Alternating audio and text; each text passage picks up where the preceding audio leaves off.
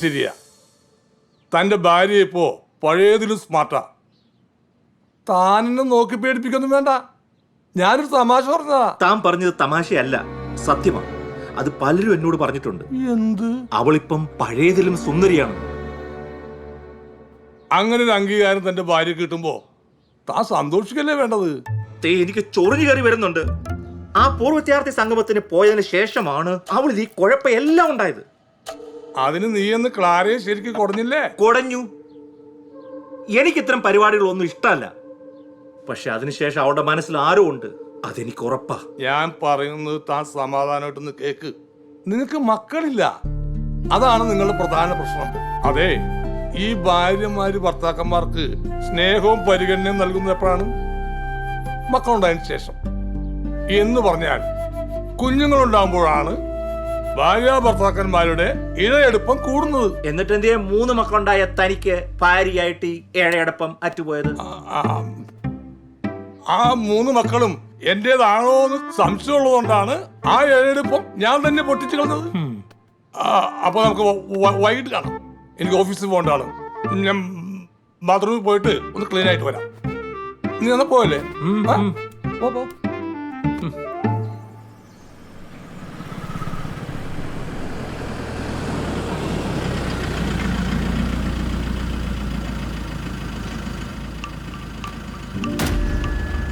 ഇതാരുടെ കാറാ?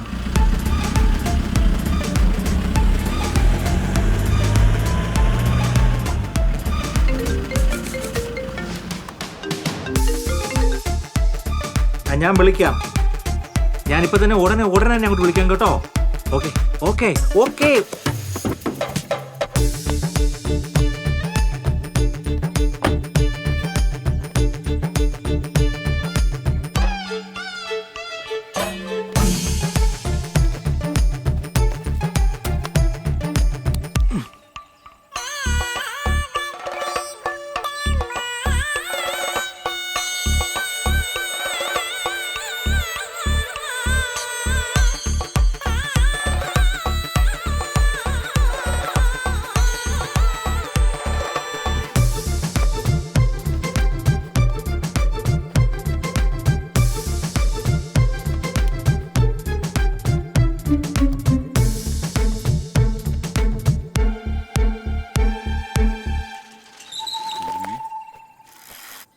ആരെയും കാണുന്നില്ലല്ലോ.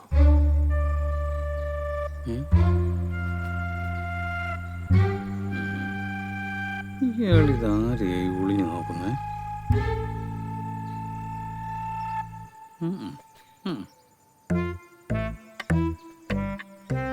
എന്തുവാ സണ്ണിച്ച സ്വന്തം വീട്ടിലോട്ട് ഒളിഞ്ഞു നോക്കിയിരിക്കുന്നേ? അത് ഞാൻ ചുമ്മാ. അല്ല, സണ്ണിച്ച വന്നിട്ട് കുറേ ദിവസം ആയില്ലേ? തിരിച്ചു പോകുന്നില്ലേ? എന്നാ പോണേ? ഞാൻ ഇനി പോണില്ല. ഞാൻ പോകത്തോട്ട് തനിക്കൊരു ശല്യം ഉള്ളൂ. ഇല്ല, വന്നേ അന്ന് മുതല് മറ്റത്തെ ഓരോ ചോദ്യം. താൻ വിട്ടു പോടോ. ശരി എടോ പോവാൻ. ഇയാൾക്കെന്താ ഭ്രാന്ത് പിടിച്ചോ? ഇയാള് പോവാതിരിക്കോ ചെയ്യ്. എനിക്കെന്താ വേണം? ഗൾഫുകാരൻ തേണ്ടി മനുഷ്യനെ ഭ്രാന്ത് പിടിച്ചിരിക്കുമ്പോൾ അവന്റെയൊക്കെ ഒരു കോപ്പിലെ ചോദ്യങ്ങള്. ഞാൻ വന്നേക്കാം. വരുന്നുണ്ട്. അപ്പൊ എല്ലാം പറഞ്ഞോലെ. ക്ലാര പറഞ്ഞോർമ്മണ്ടല്ലോ. ഓക്കെ ക്ലാര, ശരി. ഇവരിൽ ആരായിരിക്കും ഇവരുടെ യഥാർത്ഥ കാമുകൻ? ഇവ കൊന്നിക്കൂടുതൽ കാമുകന്മാരുണ്ടോ? ഇത് ഞാൻ കണ്ടുപിടിച്ചിരിക്കും.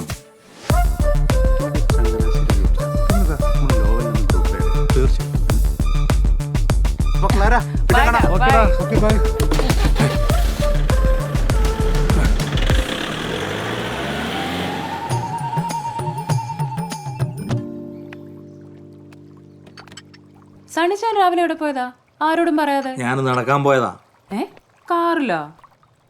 അതെ, കാറില്. എന്നാ കാറ് നടക്കാൻ മേലെ? എന്തെങ്കിലും ആവശ്യമുണ്ടെങ്കിൽ ഞാൻ വിളിച്ചൊന്ന് സംസാരിക്കാം. പറഞ്ഞാൽ മതി. ഹലോ. സണ്ണി വാ, ഞാൻ വിളിക്കാം. ഇരിക്കേ. ഓക്കെ. ഇതെന്താണ് ഈ വഴിക്കൊക്കെ? എനിക്കിവിടെ അടുത്തൊരു ഫാമിലി ഫംഗ്ഷൻ ഉണ്ടായിരുന്നു. അത് കഴിഞ്ഞ് തന്നെയും കൂടി ഒന്ന് കണ്ടേക്കാന്ന് വിചാരിച്ചു. വളരെ സന്തോഷം. ക്ലാര എന്ത് ചെയ്യും? അവിടെ വന്നില്ല. അല്ല, ഞാനും കൂടി ട്രാൻസ്ഫർ ആയ കാര്യം ആര് പറഞ്ഞു? വക്കീൽ പറഞ്ഞറിഞ്ഞു. താൻ എന്ത് ചെയ്യാൻ എന്നെ വിളിക്കാൻ ഇത്രയും നാളായിട്ട്? ബിസി ആയി പോയോ? എടോ, അത് വന്നു കഴിഞ്ഞ് കുറെ ടെൻഷനിലങ്ങ് പെട്ടുപോയി. ഞാൻ പിന്നെ പറയാതെ കേട്ടോ. പിന്നെ നീ ഇതിനു മുമ്പ് സൈബർ സെല്ലിലായിരുന്നില്ലേ? അതെ.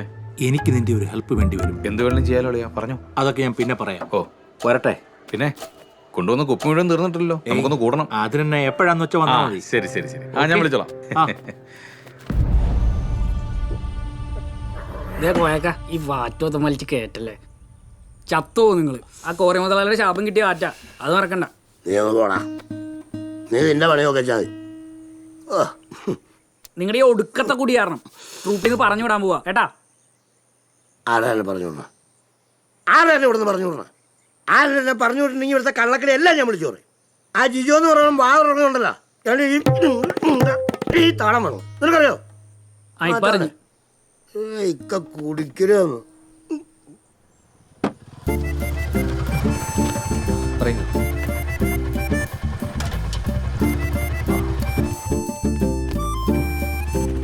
ജിജോ, എനിക്ക് തോന്നി.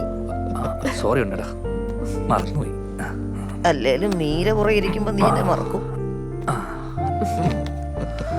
ഇന്ന് കുറച്ച് നേരത്തെ ഇറങ്ങണം, ആ കമ്മിറ്റിക്കാർ ഭയങ്കര പ്രശ്നം.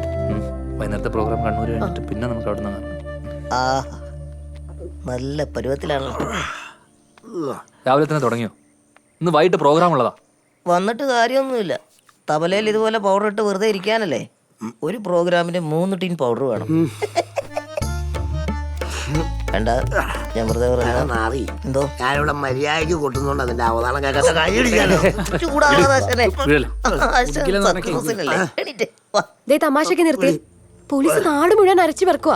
നമ്മൾ സൂക്ഷിക്കണം. അവർക്ക് ഇതുവരെ നമ്മുടെ രോമത്തിൽ പോലും തൊടാൻ പറ്റിയില്ലല്ലോ. അയാൾക്ക് ഉടനെ തന്നെ ട്രാൻസ്ഫർ കിട്ടും. ഇനി വേണ്ടത് ട്രാൻസ്ഫർ അല്ല, ഡിസ്മിസൽ. നീ ഇവിടുന്ന് പറഞ്ഞ ഉടനെ ഡിസ്മിസൽ കിട്ടുന്നല്ലേ? ഇതൊന്നും അറിയാണ്ട് ഇവിടുന്ന് കള്ളം കുടിച്ചിട്ട് ബോധമില്ലാണ്ട് നോക്കുക. നീയെങ്കിലും ഒന്ന് പറഞ്ഞ് മനസ്സിലാക്കി കൊടുക്കും.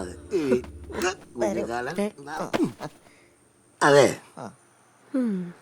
എല്ലാവരും കേൾക്കാൻ വേണ്ടി ഞാൻ പറയും. കൃത്യമായിട്ട് എല്ലാവരും ശ്രദ്ധിച്ചു കേട്ടോളണം. കുറെ കാലമായിട്ട് ഞാൻ ഇത് ചോദിക്കണമെന്ന് വിചാരിച്ചിരിക്കുക. ശമ്പളം കൂട്ടി ചോദിക്കാനാണെങ്കിൽ കുറയ്ക്കാനാണ് ഞങ്ങൾ തീരുമാനിച്ചിരിക്കുന്നത്. അല്ലടാ എന്റെ പൊന്നു കുട്ടാപ്പി, ശമ്പളത്തിന്റെ കാര്യമൊന്നും അല്ല. പിന്നെ നമുക്ക് അയാളങ്ങ് തട്ടിക്കളഞ്ഞാണ്.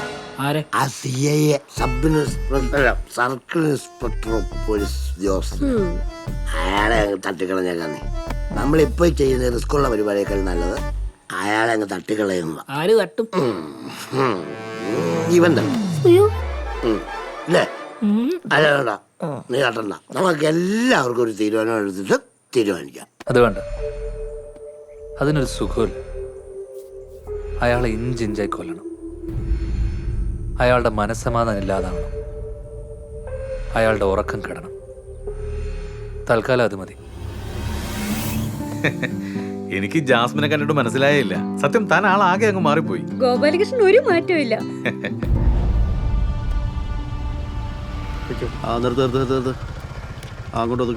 അല്ല, താനെപ്പോഴാ ഇവിടെ ചാർജ് എടുത്തേ? 1 മാസമായി. അതൊക്കെ വലിയൊരു കഥയാടോ, പിന്നെ പറയാം. ഇതാ സാർ. രണ്ടാളെ തിരിച്ചറിയില്ലെന്ന് എഴുതിയോ? നിങ്ങൾ പാട്ടരെങ്കിലും ഗായകരല്ലേ? അതെ സാർ. ചെറിയങ്കിരി ശാർക്കർ ക്ഷേത്രത്തിലെ നിങ്ങളെ പരിപാടി ഞാൻ കണ്ടിരുന്നു. എൻ്റെ വൈഫ് ഹൗസ് അവിടെയാണ്. ഗംഭീര പരിപാടിയായിരുന്നു കേട്ടോ. Thank you sir. അല്ല, ഹസ്ബൻഡ് ഇപ്പൊ എവിടാ? ഹസ്ബൻഡ് ഗൾഫിലാ. വളരെ നന്നായി. നീയല്ലേ ആള്? ഞാൻ നമ്പർ പറഞ്ഞു. 8167. ശരിയെങ്കിൽ കാണാം. Thank you sir. അയ്യോ, ഇല്ല, ഗ്രൂപ്പിൽ ഇടുന്നില്ല. ഇട്ട് കഴിഞ്ഞാൽ അറിയാലോ, അവന്മാരെല്ലാം കൂടെ പിന്നെ വിളി തുടങ്ങും. ഏയ്, ഞാനൊരു തമാശ പറഞ്ഞാടോ. എന്തായാലും എനിക്ക് സന്തോഷായി. എനിക്ക് എന്റെ ബന്ധുക്കാരോടും കൂട്ടുകാരോടും ഒക്കെ ധൈര്യമായിട്ട് പറയാലോ പുതിയ CA എന്റെ ക്ലാസ്മേറ്റ് ആയിരുന്നു എന്ന്. ആ, എന്തായാലും ഞാൻ വിളിക്കാം. ഒരു ദിവസം താൻ എന്റെ വീട്ടിലേക്ക് ഇറങ്ങാൻ. ശരി. വരുന്നുണ്ട്. Okay, by.